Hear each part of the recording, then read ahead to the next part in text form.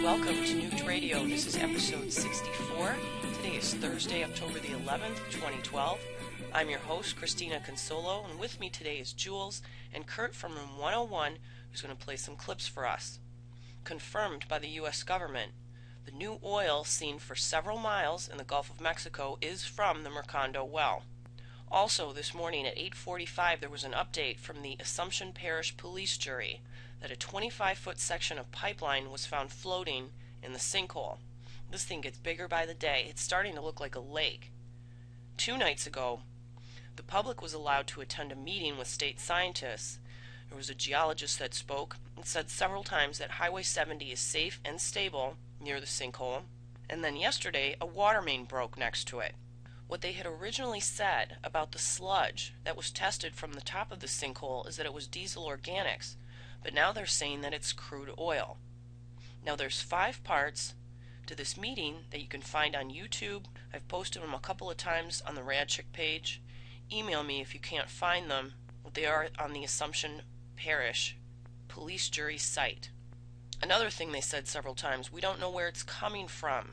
Could there be a large deposit underneath this area, or is it coming from the Gulf of Mexico? Fissures and cracks that were created by the BP well disaster. As far as I know, they haven't tried to type or match this crude oil yet to the Macondo well, but I've emailed a few people about this. FEMA is now wanting to update its mass fatality planning. Now, this was a bill that was introduced September 28th of 2012 into Congress. To okay this update, it was from an original disaster plan developed in 2002.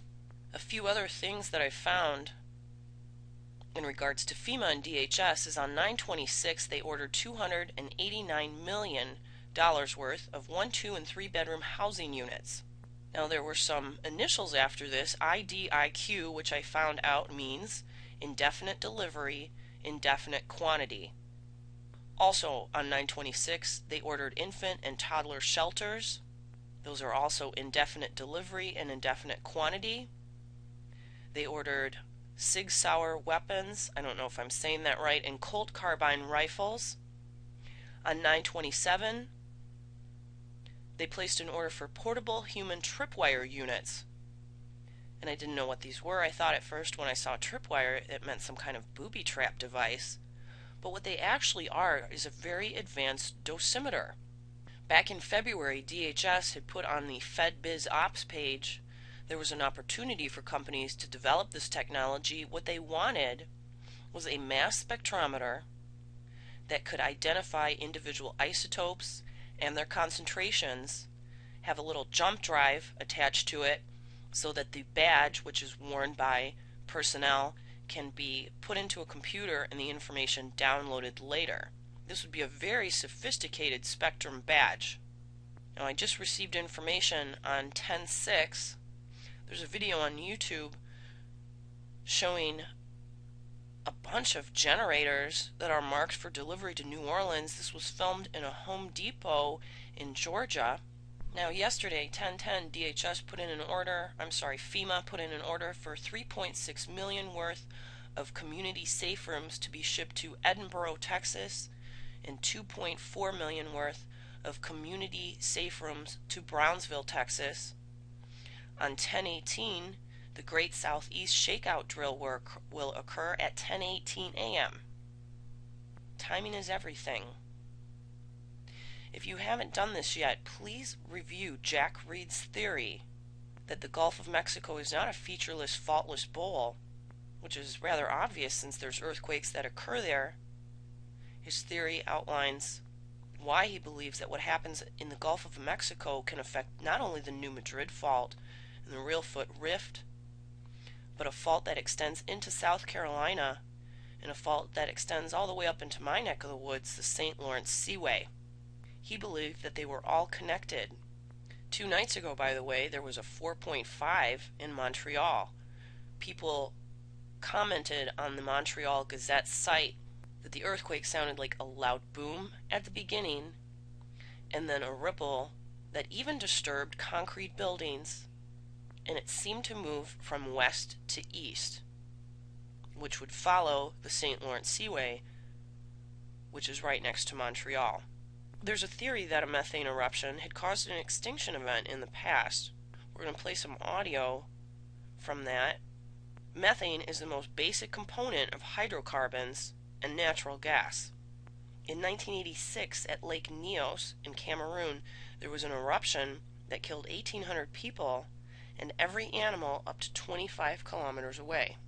For 100 years, we've sucked billions upon billions of tons of oil from under the surface, along with cubic miles of gas. Is this undermining a support structure? Have we dug our own graves from the bottom up? And how ironic would it be that what we've gone to war over and killed millions for is what eventually kills us? Matt Simmons was retired from the oil industry, and he was not under any confidentiality agreements. What he had to say was more important than anything that I could ever say. Now, there were a couple other experts that made the rounds during the BP disaster that verified what Matt Simmons said. In fact, from the time of Thursday's broadcast till now, I've been able to review some of Matt Simmons' other interviews on MSNBC and various other news sources. We're going to put together a compilation here for you about methane gas, Lake Nyos, Matt Simmons and other experts talking about the BP disaster, and Charlie McGrath's reaction to Matt Simmons' death.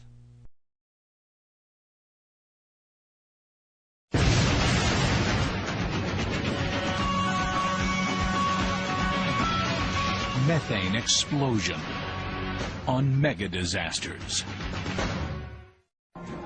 Methane, the simplest of all hydrocarbons, is the main component of natural gas. It is both a resource and a hazard.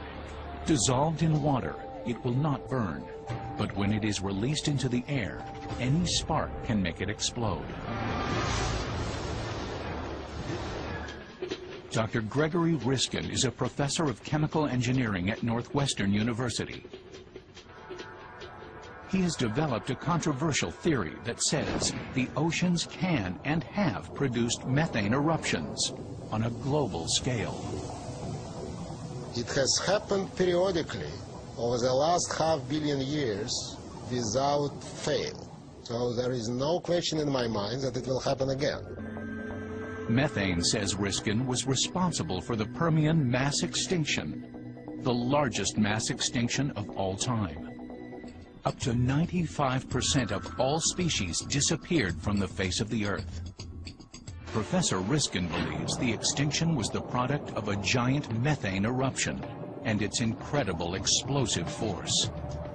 The amount of energy which would be released in the combustion and explosion of the methane in a large eruption would be about 10,000 times greater than the total nuclear stockpile which is available at this moment.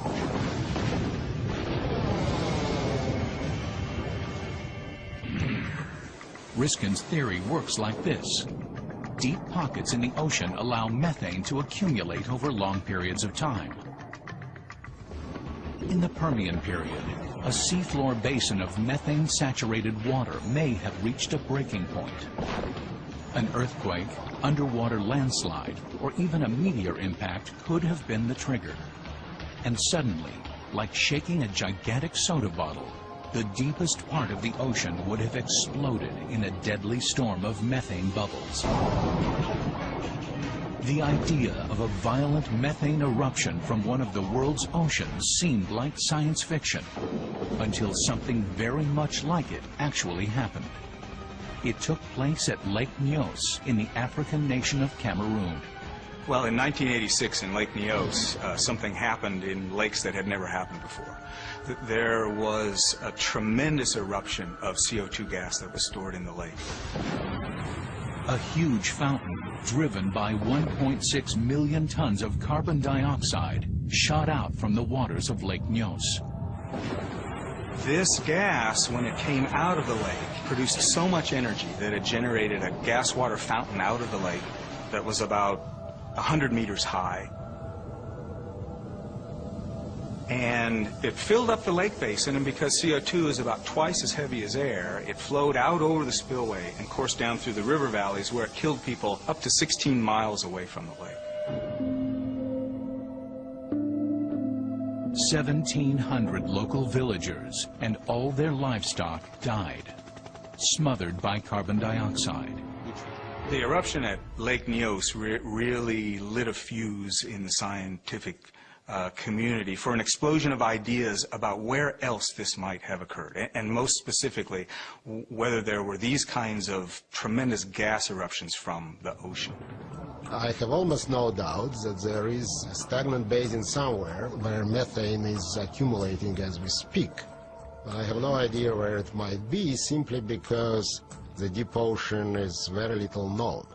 Without knowing where there are stagnant basins on the ocean bottom, the site of the next eruption, should it occur, could be anywhere. A methane eruption in the Pacific, for instance, could put the entire west coast of the United States in danger. Once the gas begins bubbling out, there would be a chain reaction, forcing fountains of methane and water to the surface across an area the size of California.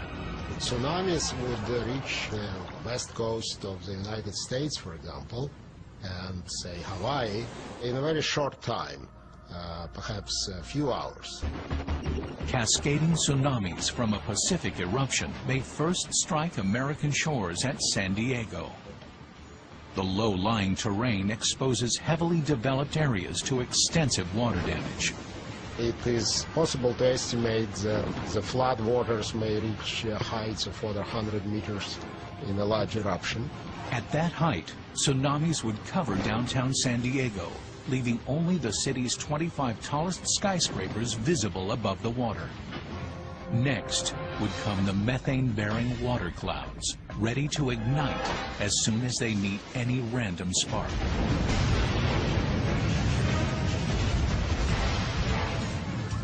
I estimated that even in a reasonably small oceanic eruption, this explosive mixture will be able to cover the whole surface of the Earth with a layer of about 50 meters thick.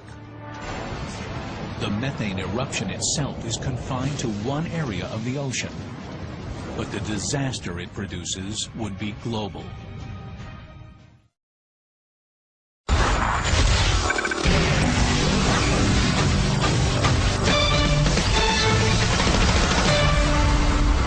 When it comes to describing the disaster unfolding still in the Gulf of Mexico, the 11 people killed, the untold damage to the environment and people's livelihoods, the term doomsday scenario is not far off. Our third story, what then is the next step worse than doomsday? As forecast here 2 weeks ago, evidence now of the possibility that something called an underground blowout might be happening. Oil seeping outside BP's damaged well through the ocean floor. That new information coming from Senator Bill Nelson of Florida, referencing fears he addressed in a letter to BP. Andrea, we're looking into something new right now, that there's reports of oil that's seeping up from the seabed, which would indicate, if that's true, that the well casing itself is actually pierced underneath the seabed.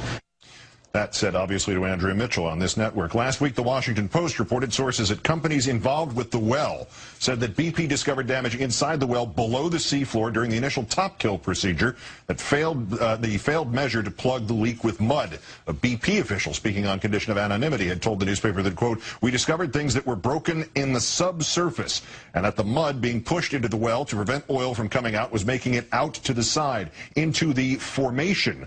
The formation is their term for the rock surrounding the well. The fear is that now oil is making it out to the side into the rock formation, and that any further attempts to contain the spill will pressurize the already damaged well below the seafloor, causing an underground blowout. And if that were to happen, subsea containment of the spill would get exponentially more difficult.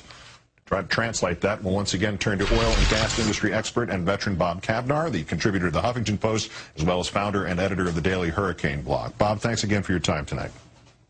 You bet, Keith. All right, you've had your own fears about underground blowouts. You think BP and the federal government are as fully afraid of it as you are? I certainly hope that they are. These stories that are coming out now, the one in the New York Times and the Washington Post that you talked about, square with what I heard last week from those who were closer to the operation, that they experienced some kind of a failure during the top kill operation, and that's one of the reasons they shut down so quickly. You'll recall the Saturday of Memorial Day weekend, they said it would be 48 hours more before they heard if it was successful, and then they suddenly announced that afternoon that they were shutting down the operation. This would make Mr. Suttle's remark tonight to the Associated Press particularly strange. The chief operating officer said today that they would have the leaks flow down to a relative trickle by Monday or Tuesday. Is that possible, and how does that jibe with this prospect that there are already other leaks further underground that would perhaps make, or certainly not, would end the exclusivity, the monopoly that this one leak has on our attention? Right. That certainly was a surprise that he said that today. We do know that their biggest problem here right now is keeping the well flowing, since I believe they probably can't shut it in for the fear of an underground blowout. So they've got to keep oil coming to the surface, and they overran the capacity of the Enterprise yesterday. So the idea of bringing another ship in that can take the rest of the flow and put a new cap on by Tuesday sounds pretty ambitious to me. Is it possible there's already been underground blowout or blowouts and BP doesn't know it or isn't telling us? And is there anything that you've seen in terms of what they're doing there that makes you believe that's a possibility or is not a possibility? I think they certainly probably, they likely had a casing failure during the top kill procedure. Remember, they had 30,000 horsepower pumping mud at about as much as 80 barrels a minute, and that kind of casing is probably already damaged, could have certainly failed.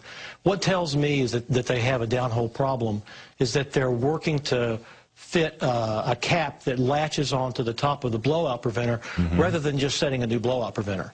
And so that means they can't shut the well in because of pressure buildup, and so they have to keep the well flowing to minimize oil and gas going out into the formation on the side. Senator Nelson talked about reports of oil seeping through the seabed, and there have been rumors about that on the internet for at least 2 weeks, and you saw what you saw when they tried the top kill and the mud came back out the way it did. Right. Do we know if it's true, or is this still at the rumor stage? I certainly would like BP to just come out and say what they think. This subsurface failure that's been talked about several times, I would believe they need to address to either calm those fears and show that it's not an underground blowout, or disclose that they have that problem and help us understand more what's going on. A subsurface blowout changes the relief wells idea. How, or does it not change it at all? It just emphasizes how important the relief wells are. The relief wells are the only way to control this blowout, because it will kill the well at the source, which is what they've got to do to kill either a surface blowout or a subsurface blowout. And if there are other subsurface blowouts and there are other, leaks through the floor of the ocean at that point, how much worse would this be? Do we know?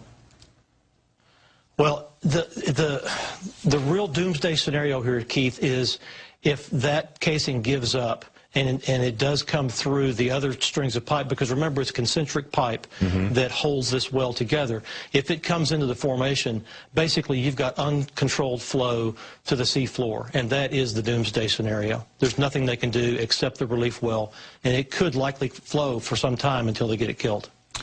Bob Kavnar, oil and gas industry expert. Again, thanks for helping us understand some of this tonight. 2010. This will be one of the most important broadcasts in the 11-year history of True News. Please inform your friends. And this is Bloomberg News. Thanks for joining us. I'm Lori Rothman. As the BP saga continues on the Gulf and in Washington, one oil industry veteran of more than 35 years says BP is still holding back the facts of this spill from the American public. Matt Simmons is the founder and chairman of the Ocean Energy Institute, a research firm focused on creating renewable energy sources from all aspects of our ocean. He's also best known as the founder and former chairman of Simmons & Company International. Matt joins us on the telephone from Rockport, Maine. Welcome to you. Actually, we see you via Skype, it looks like. Great to see your face, Matt. Thanks for joining us again. Now, we spoke about 2 weeks ago, and your opinion at that time was that the military needs to take over capping efforts, and that the best viable option should perhaps be a nuclear weapon. Do you still feel that way? Is this your belief to handle the situation and move beyond it? I think basically we now know, it hasn't gotten out, but we now know a whole lot of better information from the scientists who are totally disputing what BP's story has been. And the best reports all have come from the Thomas Jefferson, which is America's largest research vessel, which got directed on June 6th to stop an ocean floor mapping program, send in from Woods Hole all the finest detection equipment we have, and get to where this enormous fire was coming that was miles away from the riser deal. And what the Thomas Jefferson found in a week was the most specific information we know, that basically the 1,100 meters below the surface of the Gulf of Mexico is a 300 to 400 meter lake of very heavy oil that is spread so fast that it's covering potentially 40% of the Gulf of Mexico. Now, I believe when I was on your program 2 weeks ago, I said that it covered the extent of Maryland and Delaware. And at the rate of the speed of the flow, they're actually now predicting that it's 120,000 barrels a day. But more importantly, they're almost certain, because of the lack of being able to detect where the wellbore was, because they could get within 3 miles of it, there's too much fire, there's no metal there, so the casing's gone. So with no casing, it's an open hole, and the only way we'll ever put it out is detonating something that will fuse the rock right above the oil column into glass, and the only way that anyone's ever done that is the 4 times the Soviets did that in the 70s with a very small bore nuclear device. So I think that's now our only option. And what do you think the administration would say to that option? Has anyone listened to you? Have you been able to put that suggestion forward? I mean, they seem to be, the administration is polling so many experts from so many different areas of science right now. Well, I had yesterday in Maine, Senator Susan Collins and the Maine delegation brought Secretary of Energy Stephen Chu, who I'd never met before, up to see the Advanced Composites Deepwater Energy Center. And several who I talked to had not heard this latest report because it just came in late Sunday and they were all gathering together. But I think basically I'd be very surprised if the administration doesn't know this now and is not preparing this response. Why aren't you confident about the relief well drilling? Because first of all, it's in the wrong place. And without any casing, it won't work. Now, relief wells, though, they've been drilled successfully in numerous other situations in oil spills. Why? What's the problem with this particular situation? They all had casing in the hull. Without casing, the mud just comes spewing back up. So that was always the belief. With the casing must have been there. My belief from day one, ironically, just watching unbelievable flames coming out of the water, and then to have BP senior people call it a rig fire, I thought was the biggest farce I'd ever heard. There were about 700 gallons of diesel on board a rig. And that thing was burning with such intensity, and it wasn't the rig burning, it was the water burning. So that's when it seemed to me pretty clear that this had to be one of the biggest blowouts we've ever had. And even in smaller blowouts in the past that were all been onshore, one of the first things that happens, it usually kicks the blowout preventer off the wellbore, and then out of the ground comes the casing, even with a proper cement job, and it goes to the top of the derrick. And most of the deaths that have happened in blowouts is the casing falling on people. Here we know we had a very weak cement job. So the idea that the casing could have still been there, it seemed to me intuitively, was really low. Now I think the scientists have said it's even lower. So see, the only way we either are content with saying we'll just put 120,000 barrels a day in the Gulf for the next 25 or 30 years, or we have to detonate it. All right, so then you are saying that in this situation, the drilling of not one but 2 relief wells is not going to work for the BP, the Deepwater Horizon explosion ensuing oil leak. And you know, it's too bad that we didn't know, and I really sympathize with our government. I think BP had such a reputation of being the best experts in deep water. Well, it turns out that reputation wasn't warranted, we now know. They had a young guy that had never even been on a deep water rig before who was telling the great people from Transocean who knew what they were doing to shut up. So that guy is in as hot a water as you can imagine, as is Tony Hayward.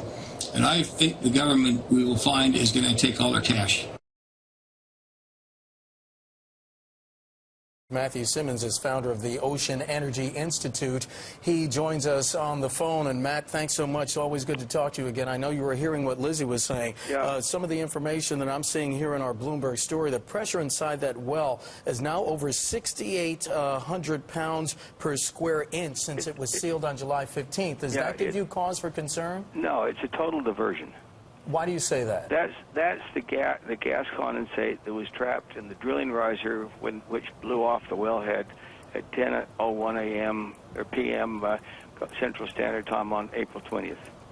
That's a mile-long compressed natural gas. What we don't know anything about is the open hole, which is caused by the drill bit. When they tossed the blowout preventer way out of the hole and all the casing out of the hole, and we're flowing 120,000 a day minimum of toxic poison has now covered the bottom of the Gulf of Mexico. Right. So what they're talking about is the biggest environmental cover-up ever, and they knew that well would that riser would finally deplete, right, and then they could say it's over, and unfortunately we now have killed the Gulf of Mexico. So Matt, you're saying that this is Lizzie O'Leary. You're saying those pressure readings that they are saying are coming from inside that wellhead just aren't valid? No, they're the riser pipe. Right. It's attached to the rig floor. And you're saying that's simply a diversion from actually getting a decent reading down near... Some 5 to 10 miles away is what the NOAA research vessels have now proved is a deep oil lake that's growing by the day. And it's very toxic oil, and its gases are very lethal. And basically, if we have a hurricane now, we need to evacuate the Gulf Coast. Matt, we have about 30 seconds left. Talk to me about the implications for BP. Is bankruptcy in their future? Is that something? Listen, when people find out the magnitude of the story, I don't know we can technically clean up the Gulf, but it would cost at least $1 trillion. As you look back, April 20th was when this accident happened. As you look back and reflect on this, what were your concerns about what BP did or did not do leading up to this explosion? Well, first of all, when I woke up, when my wife turned on the television at 7 a.m. on the 21st, and I saw this shocking news that one of the greatest deep water rigs ever built by one of the great companies in the industry, Transocean, was in the middle of this terrible fire. And then they said, this is a rig fire.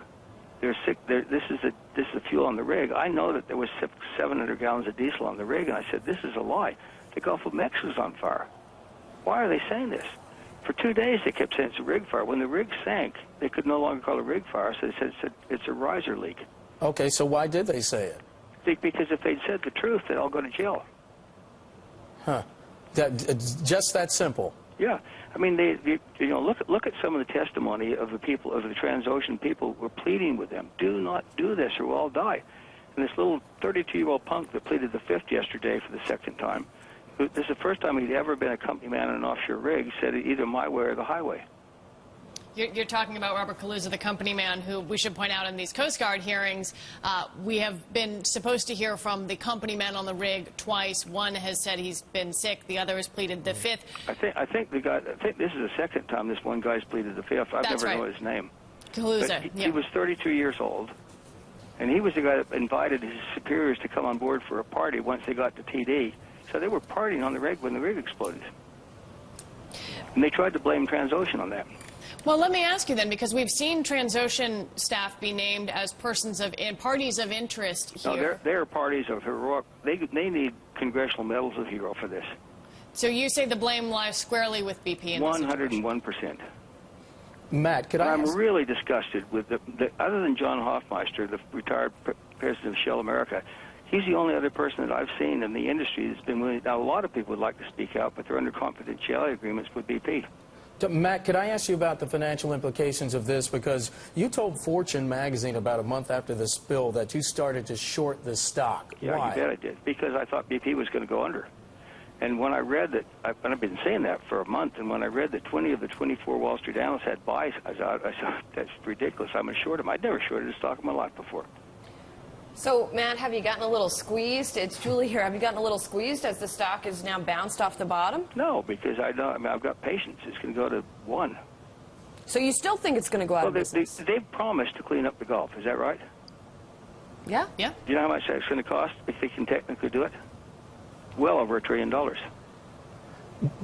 Matt, can we talk about the human toll of this? Because a lot of what gets lost in the discussion is that 11 people did lose their lives here. Yeah. I know your institute is doing something for the children of those who were lost. Yeah. Tell us about it. We've created a scholarship fund, and we'd love some publicity on this because there are 21 children who lost their dad. And they're all very young, so it'll be years from now before they're able to go to college, and by then we'll have totally forgotten about this. And so we're trying to make sure there's enough money in the scholarship fund for all of them to actually, go to any school of their choice. Matt, we've been talking, and Lizzie's been obviously keeping us up to date. Now, getting back to what's going on with some of this oil, at least the report saying that the oil's not leaking. Does that give you hope that maybe a permanent solution is, in fact, in the offing? that's not the gusher. That was a little bit of condensate that would have ended anyway. There's no way to fix the gusher because there's no casing left in the hull other than doing a small diameter nuclear bomb and I'm glad you brought that up because you advocated that before. Is that still your position that this well should have been blown up? Because with no casing in the hull, the odds of the relief wells working are 0. What the relief wells do is if they can find the casing, they then cut a 4-inch hole with a specialty tool, and then you have something to capture the mud. With no casing in there, it would be like pouring oatmeal down a fire hydrant. So you don't believe that they could, for example, fill the annulus, fill the casing, and have enough drilling mud to do it? It's not there. It's scattered over the ocean floor. The government now have gamma ray images of the actual blowout preventer, which is 5 stories high, weighs 325 tons, and it has 2 sections of casing that pierce through 5 stories of metal. Yeah. On the phone, Matt Simmons, founder of the Ocean Energy Institute. What do you know about this cap, Matt? Well, Dylan, I think the whole thing is just absurd. It all goes back to their concept that all of the oil that's now killed the Gulf of Mexico is coming out of some cracks in the drilling riser, as opposed to the open hole several miles away that's still spewing 120,000 barrels a day of oil, toxic oil, into the Gulf of Mexico. And I think enough's enough. I think it's time for our government to tell them, no, get off the air, stop your advertisement, stop deceiving the public, and put the military in charge and send a submarine down and actually find the open hole so we at least know where it is. The government at this point seems to be working with BP, and I don't know that they even acknowledge the open hole that you're referencing. Well, the senior guy at the Los Angeles Times published a story last week ago, Sunday, saying that he visited on Saturday afternoon with Secretary Chu and Secretary Salazar, and they showed him the sonar images they had of the BOP that they finally located and the pieces of casing that had pierced through 5 stories. So I'm not sure why they haven't made that more public. I think maybe they're just confused that they don't want to alarm people because BP is so certain that it's all coming from the drilling riser. It couldn't be a 6-inch annular or 7-inch annular, even though it's a mile long, could not have basically covered the Gulf of Mexico with 400 to 500 feet of this toxic oil. Could not. Period. But I guess the issue of acknowledging or denying the existence of the massive hole a few miles away as a result of the blowout. Well, Well, if they acknowledged it, they'd go to jail, and their fortunes would be over, so they can't. It's the big lie. But are you suggesting the government is complicit in facilitating the lie, much as we saw with the financial industry? I don't think they're intentionally doing it. I think they're just basically confused because so many people keep saying BP is such a good company. I'm being told by one of my people I respect most in Washington, D.C., who's been a supporter of the oil and gas industry for 20 years, that two-thirds of his friends there think this is a green conspiracy to tar a great company, BP. Well, I talked to Lindsay during the break, and he said this is the number one issue, and I agree. This is all I hear my neighbors talking about, people on other talk radio shows talking about, and it's like, what is the government going to do? What is the government going to do? And their idea is carbon taxes, gas taxes, that will fully destroy our economy, and still the oil well leaks and leaks and leaks, and BP's been caught lying from the beginning, now into day 67, and this is decimating the Gulf Coast. But then I did read the reports that this oil is full of all sorts of other toxic elements and chemicals and heavy metals, and it is killing dolphins and turtles en masse.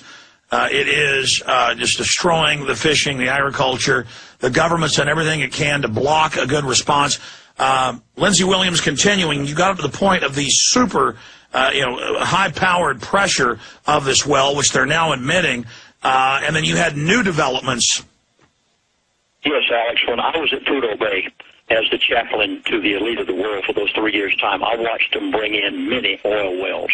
The very first thing they would give, as soon as a new oil well was brought in, they would give, and please write these words down.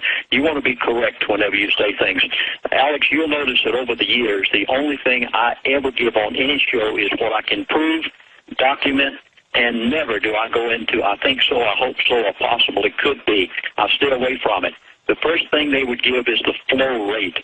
They would check how much oil is coming out of that well, how many barrels for a period of time. Second thing they would always give, and you have never heard this about the Gulf of Mexico, they always gave the pressure at the wellhead. Please write down the words wellhead. That's at the top of the pipe. They would take the pressure. Now, the pressure at Prudhoe Bay, Alaska, on the average well was 1,500 pounds per square inch, PSI. The automobile tire on your automobile has 35 pounds per square inch. Your truck tire on a big tandem tractor trailer rig, 100 pounds. Are you ready? Please write this down. From my sources, they say that the Gulf of Mexico oil disaster, BP's well, hit a pressure that human beings have never experienced before on any well they've ever driven. Russia never hit this. They hit pressures, but not this kind of pressure. BP actually hit 20,000 to 70,000 pounds per square inch. This is beyond human technology to contain it. It blew everything. It blew the safety valves. It blew holes in the pipe. Oh, please, this is a new one. I'll intersperse these as we go along. You remember a moment ago I told you that pipe that they drilled in the bottom of the ocean was 2 inches thick and 20 inches in diameter. Solid, hardened steel. That pipe right now is no longer 2 inches thick. It is 1 inch thick. Let me explain. You remember that BP, back about 2-3 weeks ago, closed down the Trans-Alaska oil pipeline because for 35 years they've been running oil through it, and it has so diminished the thickness of the pipe that they were getting leaks everywhere. This happens over a period of time because of the extreme pressure and the abrasive substances that are coming out of this pipe in the Gulf of Mexico. The thickness of the wall of that pipe is no longer 2 inches. It is all the way down to 1 inch now, and by the time they can plant a nuclear device, an angle drill, and put it in 3 to 4 months from now, they say as soon as they could possibly do anything about it, there will be no pipe. This is True News. I'm Rick Wiles. Today is Monday, June 28, 2010. This will be one of the most important broadcasts in the 11-year history of True News. Please inform your friends and loved ones to listen. You have my permission to copy it, post it on other websites, or use any other method of distribution, please get the message out. It is urgent.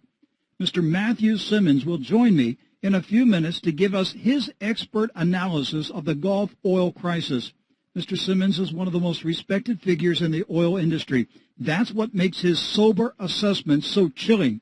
If this is your first time to hear True News, please visit our website, truenews.com, every weekday. True News, TRUNEWS, truenews.com.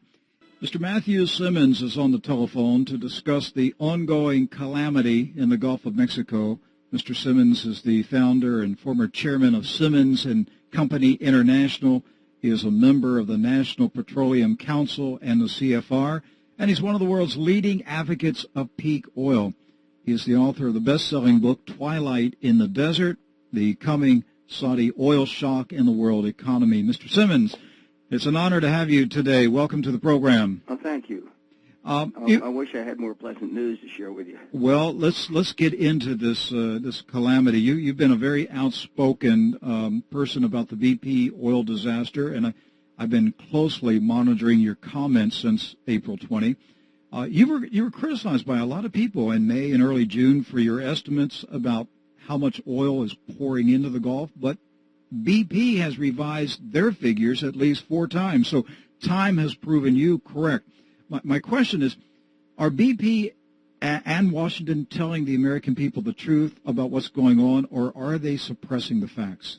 Well, first of all, I think let me just back up and say that on the morning of April 21st, when we turned on the morning Today show, is here in Maine, and we got this glaring report that there was a rig fire, and I saw the visual pictures of the Gulf of Mexico on fire, and one of the greatest rigs that has ever been built starting to melt. I said to my wife in the first 10 seconds, I said, "This is not a rig fire. That rig has 700 gallons of diesel on board. This must be the biggest blowout we've ever had."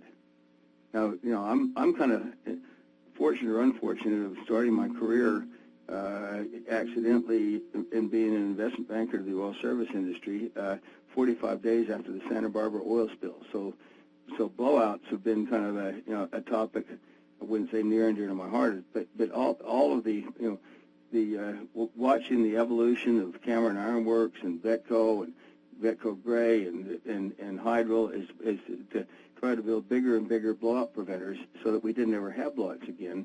And then we stopped ever drilling deep wells for a long, long period of time because they were too expensive.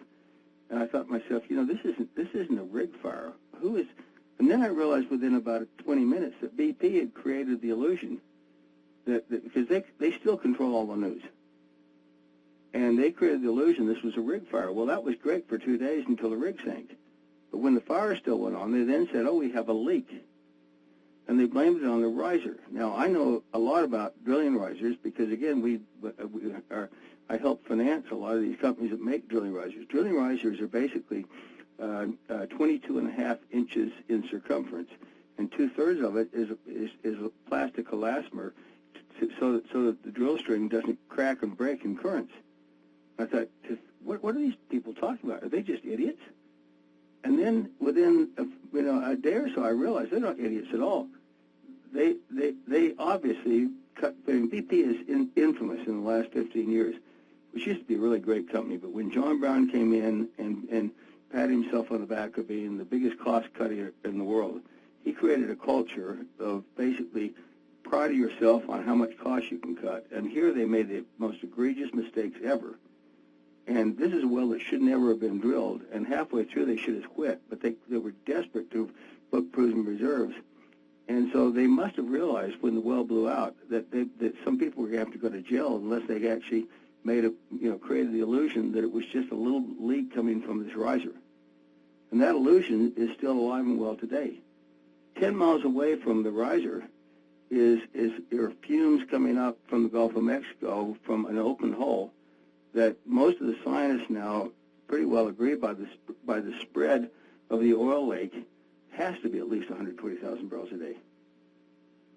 But what's amazing is BP still, to give them credit, And they still basically have dominated the news, and the government is just befuddled about what to do. I mean, I've never met Admiral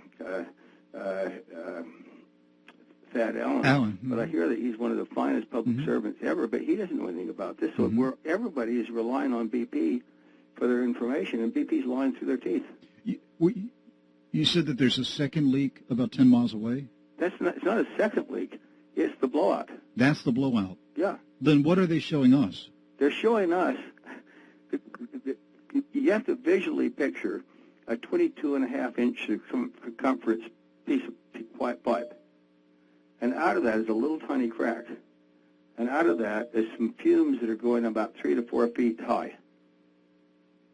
And they cleverly hired all the ROVs, which are the only things you can see in the Gulf of Mexico, to hang right around that thing. So it wasn't until finally these big, nasty globs of slimy oil started showing up on beaches that the government sprung into action and said something must be going on we don't know about. And so the National Oceanographic Atmospheric NOAA commissioned their bevy of research vessels to start going out and doing what BP should have done from day one. Say, what is going on? And they started seeing these oil plumes. Okay, the plumes were so extensive that they finally put the finest research vessel we've ever made in America, the Thomas Jefferson, to work. And the Thomas Jefferson basically had airship down in New Orleans to put on the vessel the finest recording instruments that Woods Hole has ever had. And the Thomas Jefferson has basically totally confirmed that the open hole has no casing left, and that it's basically now, by the extent of how wide the oil lake is, it's basically got to be about 120,000 barrels a day. And unfortunately, at about 4,500 feet water depth, which you get frigid water, we have about a 400 to 500 foot, lake of toxic oil. And the gases coming out of that are so lethal. It's methane and butane and it's worse than mustard gas. What are we looking at with these live webcams? What you're looking at is a little tiny leak in the riser. It's like a leak in your radiator car. Mm-hmm. But by now, Washington certainly knows that this is not true. Well, I think Washington is in the last 10, 15 days has started to, grasp the magnitude of this whole thing, and unfortunately, they're having to tiptoe lightly through this because I'm a fourth generation Republican, but I can't tell you how annoyed I am about the Republican Party politicizing this and making Obama look like a communist because he actually is beating up on BP. The senior executives of BP ought to be in jail right now. Mm-hmm. I think there are going to be manslaughter charges come out of this. Are you saying that, in your opinion, you think that BP has succeeded in hoodwinking Obama and most of the federal government up until now? Until about 2 weeks ago, I think they almost pulled off the biggest scam in the history of the world. Now, when the news finally started getting through to the White House, give Obama his due. I mean, he was the one that basically demanded that the chairman of BP and the CEO of BP come to Washington, D.C. and said, we want $20 billion of your cash. But why did he wait so long to have a meeting with them? Because they trusted BP. Well, they've allowed them. In benefit of hindsight, you can say, that was stupid. Yeah. Why would anyone trust BP? But one of the oddities, in my opinion, is why was I the only person that was willing to speak up? Because I took a lot of crap. I know you did. Well, why has BP been allowed to run the show? Well, because they created the illusion that they were the only company in the world that had the technology to know how to solve this. You got to realize that there've only been a handful of offshore wells that have been drilled to these water depths and then going down 3 miles beyond that. And so BP had it's a bad analogy because it pales in comparison, but it's a little bit like when the Challenger blew up. Mm-hmm. And now with benefit of hindsight, we go back and say, well, we got so lax and casual about how easy this was that we basically didn't realize that O-rings basically can freeze in cold weather and then they blow up. But literally, BP created the illusion that they were the only company in the world that had the technology to control this, and the government believed them. Mm-hmm. Now we should go back and say, well, how stupid! We should have elected the President of the United States who was an expert in blowout prevention. But you know who we could have elected? John McCain, who said, drill, baby, drill. Mm-hmm. Well, I have been dismayed over the way Washington has just stood back and allowed BP to run the show. Well, you know, the problem is, and I've had a lot of conversations in the last 2 weeks with some senior people in our government. The problem is that they still basically can't believe that BP, BP's actually pulled off an amazing public relations job. Yes. Saying that without us, no one in Washington has any idea what this is all about. And certainly nobody in the news media either, because you don't see anybody in the national news media asking them some serious questions. Well, I'll tell you, I give a lot of credit to the media because, again, they've given me more airtime unfortunately, in the last 60 days than I've ever had in my lifetime to get this message out. Mm-hmm. But it's interesting that, for instance, CNN sent the first crew out to be on the Thomas Jefferson. And then they sent a video team to the ROV Center in Houma, Louisiana. Mm-hmm. So I get a call from the person directing all this saying our television crew is actually at the ROV Center, and BP is saying there is the blowout preventer. So the idea that we don't know where the blowout preventer is, you're looking at it. So she said, do you believe this? I said, would you ask your crew to ask BP, do they really believe that this little box on this 22.5-inch riser weighs 325 tons and is 5 stories high? And they said, well, that's confidential information. All right, so you're saying that where the main leak is at, it's 10 miles away. 10 miles away, and there's no casing left. So basically, we just got an open hole in the seafloor. Yep, and the only way that anyone has ever dealt with plugging an open hole of this magnitude was what the Russians did 5 times successfully in the early 70s. They created a small, low-grade nuclear device, and they inserted it right down the wellbore and finally detonated it, and it fused the rock into glass and shut it in. And if we don't do that, we will never shut this in. Do you think Obama is seriously considering that option? I'm sure there must be. All right, so if we have 100,000... But 2 weeks ago, they still believe BP that was BP every day puts out a press release saying we captured 22,000 barrels of oil. Well, most of that is actually water. If we have 100,000 barrels a day... 120,000. All right, so 120,000. So it's over 3 million barrels a month pouring out. And the estimates are, what, 1 billion barrels that are in it? Well, they unfortunately, why BP was going for broke on this is that they believed it was a 25 billion barrel oil field. 25 billion? If it were a billion barrel oil field, they've lost money on it. So if we don't shut it in, then basically we're going to create I think probably unfortunately that maybe half the Gulf of Mexico is now a Dead Sea. There's no oxygen left. You have said that at least 40% of the Gulf is now covered by oil? Yeah. But it's way down. It's 4,500 feet below the surface. So all we're seeing is about, maybe way less than 1% showing up so far. But the hurricane, we all should pray that the hurricane ends, but it's not going to. Mm-hmm. And the swath, basically, it was amazing. Yeah, last evening, the news reports were all saying, it's going to basically, hit close to, way down into Mexico, so we're spared. Well, now they're saying there's a 50-50 chance that it could actually be in Corpus Christi or Brownsville or higher. Well, I know enough about hurricanes because they've been very instrumental on the impact of drilling activities in the Gulf of Mexico.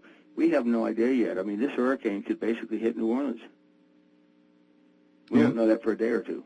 That's right. That's right. But what it's going to do, it's going to bring to shore the toxic oil that we've only seen 1% of. And what really worries me the most is that stuff is so poisonous that we should be passing out gas masks like crazy. I'm told that all the oceanographic people on these research vessels are now wearing gas masks. We've heard reports of methane gas levels at 1 million times normal. Yeah, I mean, more. I think the New York Times reported a few days ago that there's been more methane released from this than the history of the world. And that stuff in your lungs is worse than the mustard gas. Oh, so if you think Saddam Hussein, did a bunch of people, this is the Saddam Hussein, squared. Well, is there a danger of a massive methane gas eruption? Well, yeah. I mean, if the hurricane brings this stuff to shore, I mean, I keep saying that we really basically should be at least have in place an evacuation plan to evacuate all the citizens of the Gulf Coast. So you're not even talking about the seafloor erupting with a methane gas. Oh, no, I'm talking about the stuff that's already there. The methane that's already released. You're saying that this is so deadly that if it's brought in by a hurricane, if the 400 to 500 feet lake, gets tossed up to the surface, then it could be the greatest nightmare we've ever seen, worse than any war we've ever had. What's the danger of a massive methane gas explosion from the seafloor? I actually think the explosion would be good news. I think the problem is that it's people breathing it into their lungs and dying. Mm-hmm. Of being asphyxiated, the methane replacing the oxygen. Yeah. Which when I was doing some research, and I came across the story out of Cameroon, Africa, 1986, the lake. Yeah. The methane gas bubble came up and killed 1,800 people instantly. Yeah. And how big is Cameroon?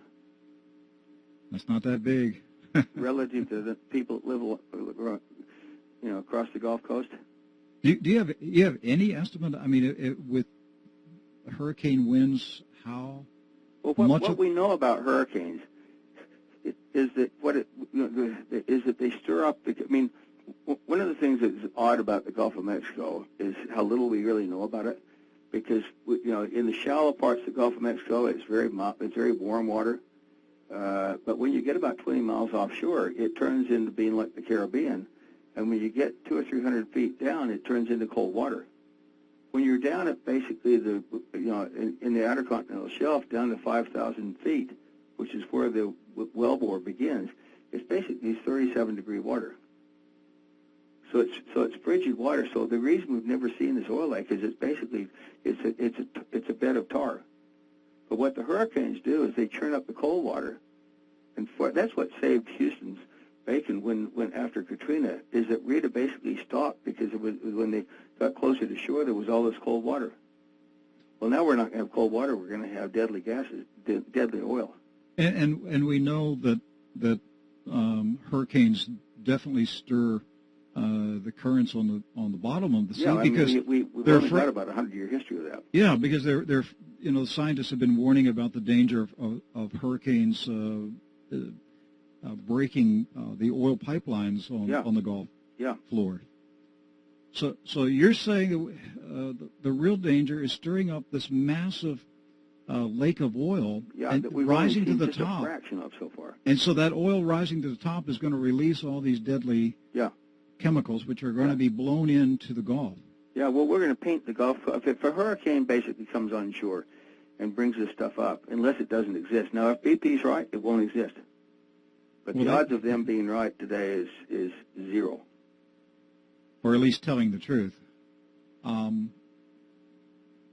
what's the difference between being right and telling the truth? That's right. Especially if you're dead, you're dead. Have you talked to any experts about how far these gases could travel? Well, one of the senior research people on board the Thomas Jefferson told me is that they think basically it's about 120 miles wide. now, and it starts at about 4,500 feet under the surface of the Gulf of Mexico, and it goes about 400 feet deep. Okay, but with the hurricane winds, do you have an estimation of how far inland these gases could be carried? But again, I mean, assume it's just 10 miles, it's a disaster. Yes.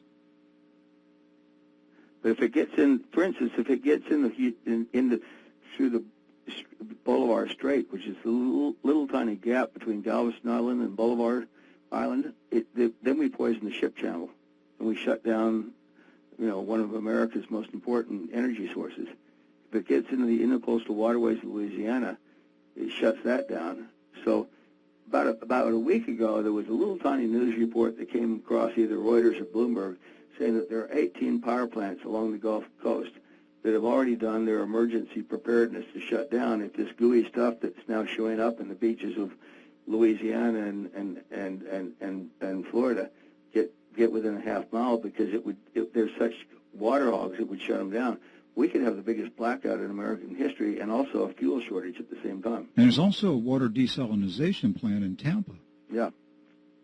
So one of the interesting pieces of news that someone told me last week from Fort Lauderdale is that the fishermen on the east coast of Florida are seeing species of fish that they've never seen before. They've all fled the Gulf of Mexico. There's also a massive fish kill at Jacksonville.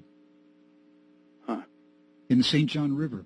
And really? Why, I wonder? I don't know, and because they said they've died of oxygen depletion, and the experts say it doesn't make sense. Yeah, I've never. The guy that told me this publishes a newsletter, and he said there's been the fishermen around Fort Lauderdale are seeing species of fish that have never been in the east coast of Florida before. So maybe it's the migration of these fish that have already been poisoned. So have we lost the Gulf of Mexico? Is it over? Well, I hope not, but I think the odds are pretty high we have. That it becomes the Dead Sea. Yeah.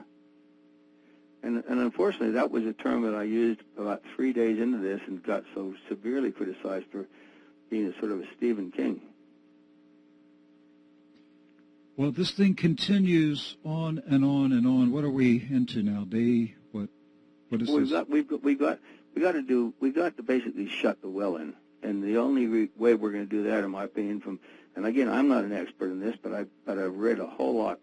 It sounds like a Dr. Strangelove sort of scenario, but in fact, I grew up in Utah, and during for 20 years, we did underground hydrogen bomb testing a mile underground, and about 100 miles north of Las Vegas, and never even set off a tremor. Mm-hmm. This is 3 miles under the seabed. Mm-hmm.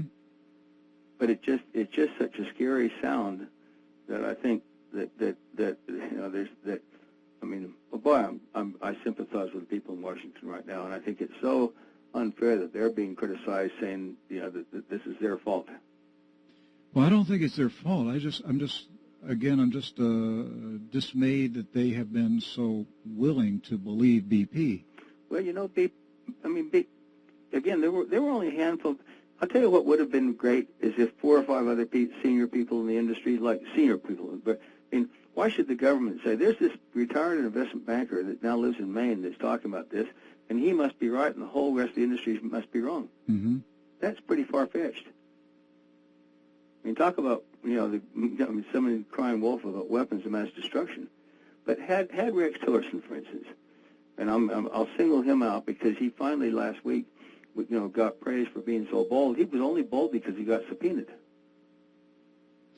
What about Goldman Sachs and Tony Hayward selling a lot of their stock a month before the explosion? Again, BP has pulled off so many.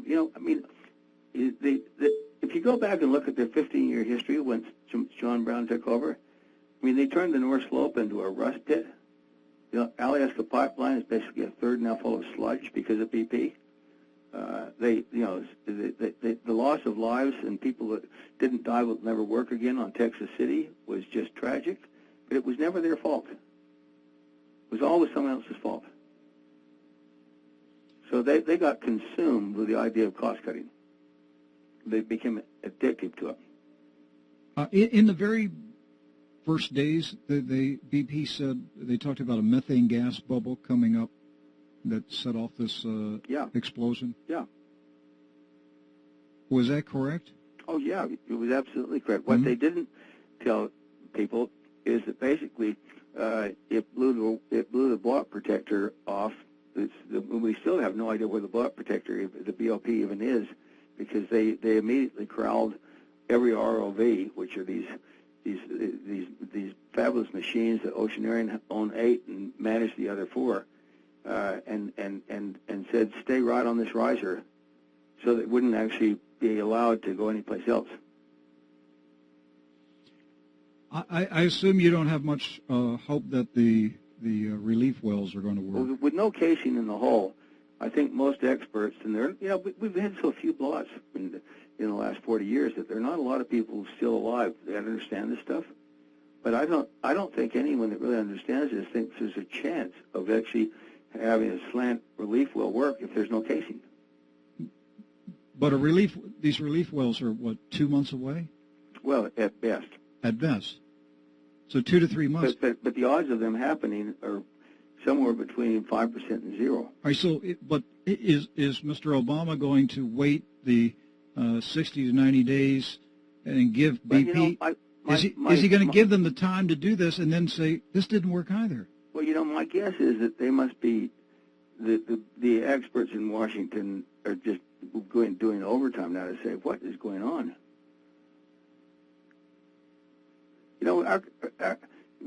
Take politics out of this. Our government basically is not prepared to deal with a crisis. We just systematically don't elect a government to deal with crisis unless you're in the middle of a war. Mm-hmm. And a hydrocarbon crisis, we haven't had one since the 2 hydrocarbon crises we had were in 73 and 79, and they were basically caused by blockage in the Middle East. So they're not a wide body of people in Washington, D.C. that understand this stuff. There is a wide body of people in Washington, D.C. called the energy lobby that are basically creating the illusion this is a big green conspiracy and BP is still a great company. And you only have to look at people like Joe Barton, who was so critical of the government's wasting money investigating a great company. If you lived along the Gulf, what would you be doing right now? Either evacuating or getting a gas mask. Wow, those are 2 wonderful options. Yeah, very sad. I think this is probably the saddest story I've ever even read about. This could make the Civil War look like a trivial incident in U.S. history. It's pretty dramatic, Mr. Simmons. It's really, I mean... Well, you just have to add the facts up. Mm-hmm. And say, how many people actually live along the Gulf Coast within 20 miles? I don't even know what the number is, but is it 10 million or 20 million people? Because you're talking about Brownsville all the way down to the Florida Keys. There's a lot of speculation about a methane gas bubble induced tsunami. Is that a concern? I don't know. I think if it were, we'd already had one. I think the hurricane, and what's interesting is that there's sort of, about 8 weeks ago, the Colorado State University weather hurricane experts, said that because of the heat of the water of the Gulf of Mexico, we're probably going to have the highest hurricane season we've had in 20 or 30 years. Mm-hmm. Somehow or another, there's the illusion that Alex is the only hurricane we're going to have. Joe Bastardi was here a few weeks ago. He says there's a possibility this may be the all-time record. Yeah, and it's all because of the temperature of the Gulf of Mexico. And ironically, it was a year ago that the Colorado State experts said we're probably not going to have a hurricane this year because the Gulf of Mexico is cool. And they were right. That's correct.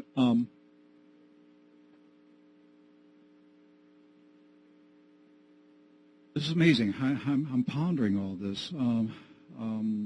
what this means for the people. We have a lot of listeners along the Gulf Coast, and I'm thinking about them right now. I can't tell you how sympathetic I am to all of them, because these are the pioneers of offshore oil and gas, mm-hmm. and the pioneers of our fishing industry, and our some of the great patriots of the United States. What about the dispersants? That's another ugly story. Mm-hmm. Is that BP's assumption, and again, I think this was actually a legitimate assumption, because they were hoping like crazy that this giant oil field would be Louisiana Light, because that's the primary crude grade in these deep water fields, mm-hmm. which is very high quality oil. What they actually unfortunately found was a really ugly form of crude laden with a bunch of, I'm going to pronounce this wrong, but aspartines. It's what asphalt comes mm-hmm. from. And so if it had been Louisiana Light, it all would have come to the surface. So as a result of that, they said, as long as we get dispersants and spray them, we'll put the whole thing out. Well, what they found was we don't have a big warehouse full of dispersants other than Nalco, who's a first-rate specialty chemical company, had a best-selling dispersant for spills. And 5 years ago, the European Union banned it, sort of like DDT, saying it's too toxic. So what BP found was a whole warehouse full of this dispersant that they could buy cheap. And I guess they assumed that it wouldn't be toxic in the Gulf of Mexico, and it was just the European Union being too cautious. So what they sprayed along the surface didn't have anything to do with the poisonous crude on the bottom, but it just added. But it's like a sneeze compared to the flu. But it didn't do any good. It just added, harm. Well, what are we going to have with the hurricanes picking up the dispersants in the sea mist and blowing it? Don't worry about the dispersants. They're minor compared to the toxic crude. And you're comparing it to mustard gas. Yeah, well, again, I don't understand this stuff. I just have mm-hmm. a remarkable group of scientists that, since I've become sort of a magnet, I get a lot of information over the transom. Someone say, Mr. Simmons, let me tell you one more piece of bad news. Methane is highly combustible. Is there any possibility of lightning igniting the methane? What's going on right now, according to the people on board the Thomas Jefferson, is that the cauldron about 10 miles away from the riser leak is basically is just a total furnace of fire coming out of the Gulf of Mexico. The Thomas Jefferson was finally allowed 2 days ago to get within 1 kilometer. And when they first went out with all this stuff, that NERDA, which is the National Disaster Recovery Administration, which I'd never heard of their name before, limited them to staying 10 miles away from the cauldron because of risk of loss of life. And finally, they negotiated to get 3 miles. And finally, last week, they got within 1 kilometer, so they can finally start to, try to figure out where exactly is the wellbore, because there's no metal left, so they really don't even know exactly where the wellbore is. They know within 1 kilometer. Did you say that there's fire coming out of it? Oh yeah. Okay.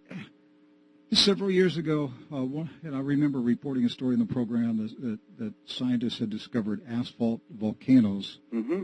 in the Gulf of Mexico. Yeah. Is there a possibility that BP drilled into a volcano? They could have, actually. Not drilled into a volcano, but they could have. I was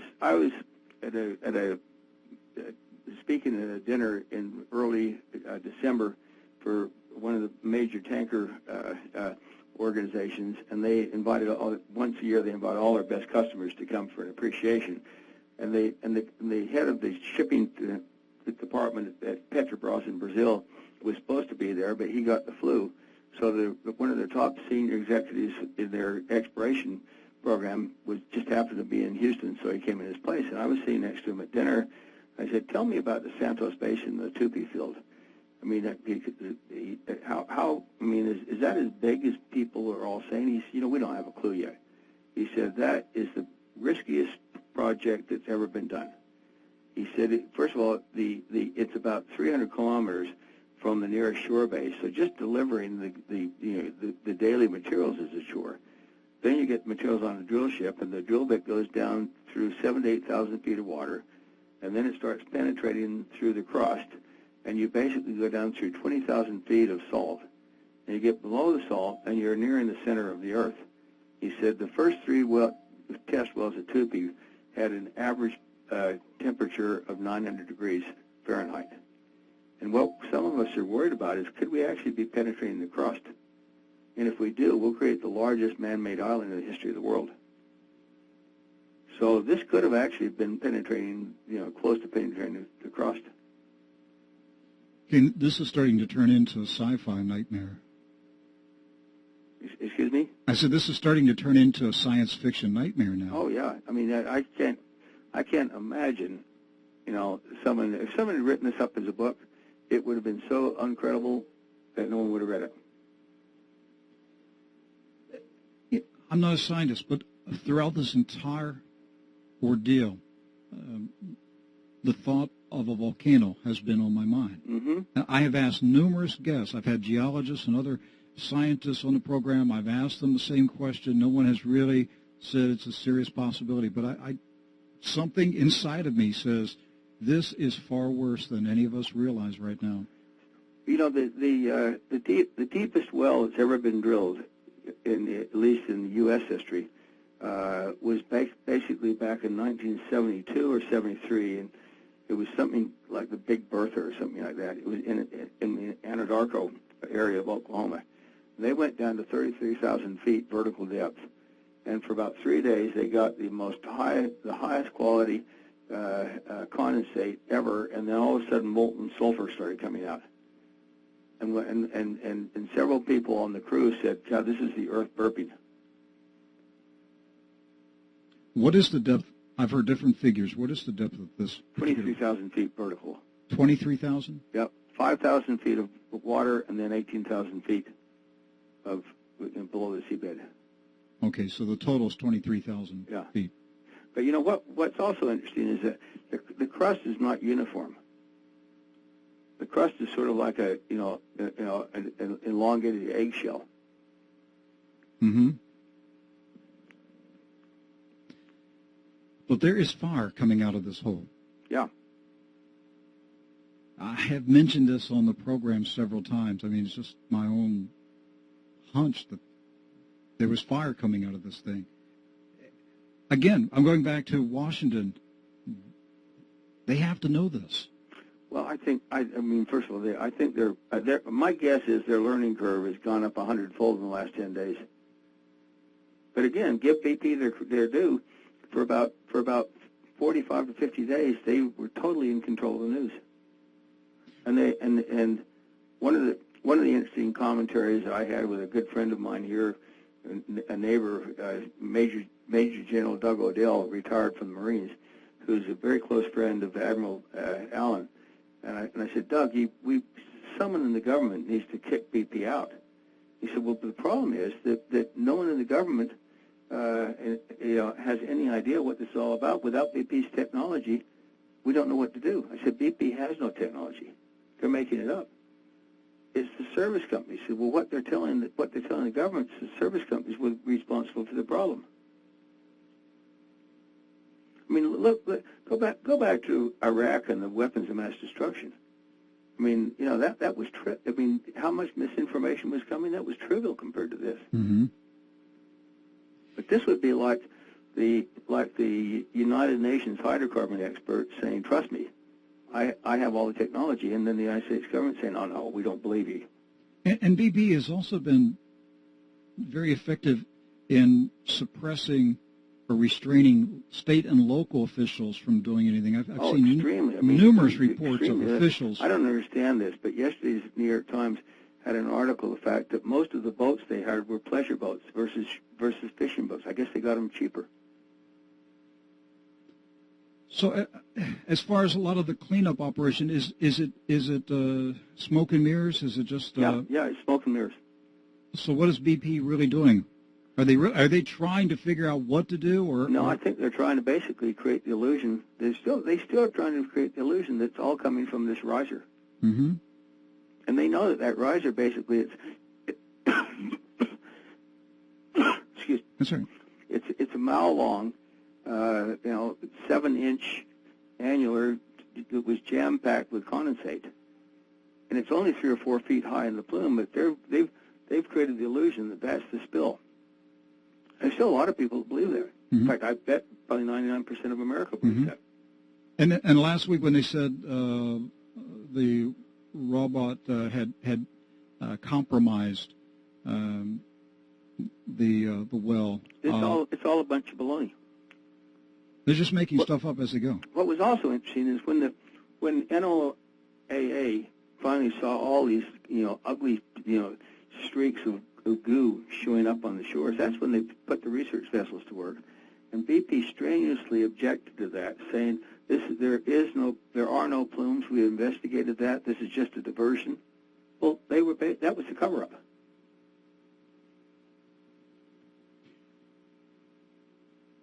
If Washington has been hoodwinked and they wake up and they realize what BP is doing, they're going to have to slap some handcuffs on some executives. I would think so. I mean, I think you're looking at manslaughter charges, frankly. I mean, 11 people are dead, and maybe a lot more people are going to die. So I think if they don't basically charge some people with manslaughter, they're going to be highly remiss. Also, I saw a report in the immediate aftermath of the explosion that the survivors were taken somewhere and kept there until they signed legal documents that they would not speak. Yep. They also had all the service companies, including board members of the service companies, sign a confidentiality agreement that they couldn't seek. So they actually put in place. I mean, if you think that Watergate was something. So BP was moving quickly in the hours after. Very swiftly. Okay, but apparently they knew something in February, because the report that we've seen is that they notified the Minerals Management Service I think of February 13 that they had a problem. Well, this is something I didn't know until about 2 weeks ago. I think I've been following this as intensely as anybody. They actually, had been drilling for 2 or 3 months.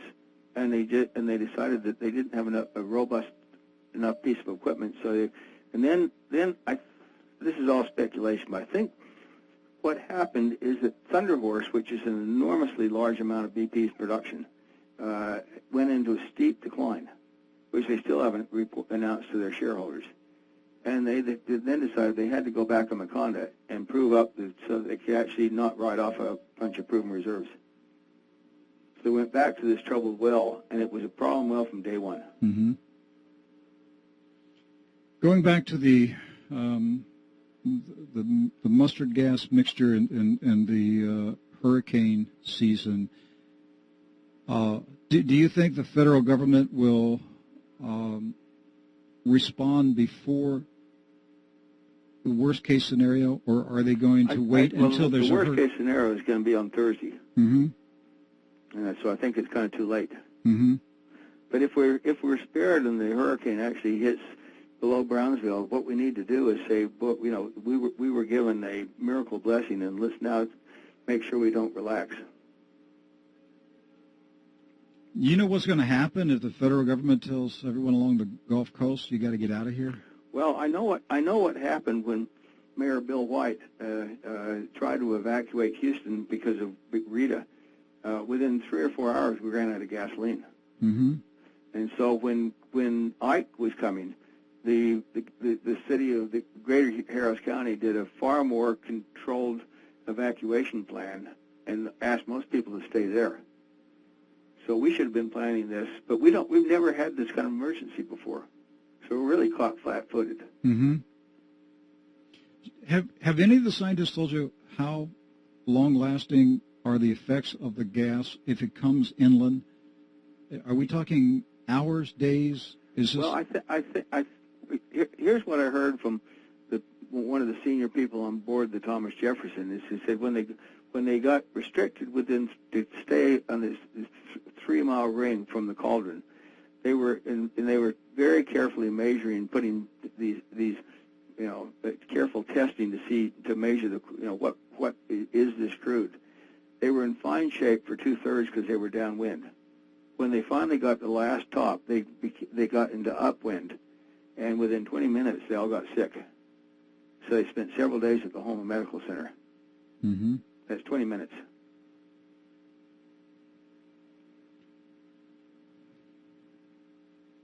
All I can say to the folks living along the Gulf, and if you have family or friends along the Gulf of Mexico, please take this program seriously. Take this warning First of all, seriously. just, I mean, I don't know how many gas masks we even have in the United States, but I mean, the cheapest insurance policy anyone could do is get gas masks. Mm-hmm. You know, it's a legal requirement if you're on the rig floor of a drilling a well where there's the presence of a low level of hydrogen sulfide, you have to actually have a gas mask on your body because an alarm goes off and you have 20 seconds to put it on.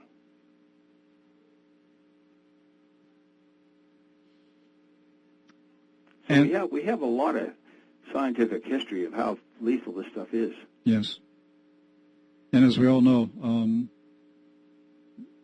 there's not going to be any warning for the people. I mean, that was the tragedy on the Transocean rig is they had 1 second before it blew out. And I'll tell you what, the heroes on Transocean, I don't know if you've seen any of the videos of the widow of the guy that came home on shore leave and said there's something going so wrong on this. I'm not sure I'll come back alive. So he drew up a will and told his wife how to raise the kids. And he was the person that basically stayed on, ran the joystick and moved the rig 1,500 feet away from the cauldron so that 121 people could jump off. And then he burned to death. Mm-hmm. Now, when BP basically announced last week that told all their vendors that once this is over, they're going to all be sued for gross negligence. I mean, that one individual should get a Congressional Medal of Honor. Yes. I did see this 60-minute interview with the man who jumped 90 feet into the oil. But see, if the guy had not moved the rig, a third of a mile away, they would have burned to death.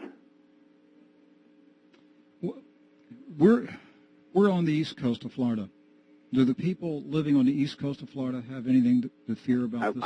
I would think that the east coast of Florida is spared because, first of all, unfortunately, the loop currents loop in the Gulf of Mexico, and the idea that it's going to get in the Gulf Stream. The Gulf Stream basically goes from the surface of the Atlantic Ocean down about 1,000 feet, and then you get into placid water. So, in a funny sense, it would probably be a blessing in disguise if you could disperse this out of the Gulf of Mexico. But I think the east coast of Florida is going to be in fine shape. All right. I wish we could continue, but we are out of time. My guest I'm today, glad you're doing this story. This is truly a tragic, piece of American history. It is, and it's going to change our country. Yep, profoundly. It's going to change our nation. My guest today, Mr. Matthew Simmons, the founder and chairman of Simmons & Company International. Mr. Simmons, thank you so much. Appreciate you coming on the program, and we'll be glad to have you back on. I'd love to come on, sometime and say, boy, I was wrong. Yes, sir. Me too. Me too. But right now, these are the times we live in. Hey guys, it's Charlie. It's the 9th of August, Monday. I just want to bring you a quick story. Hey guys, it's Charlie. It's the 9th of August, Monday. I just want to bring you a quick story.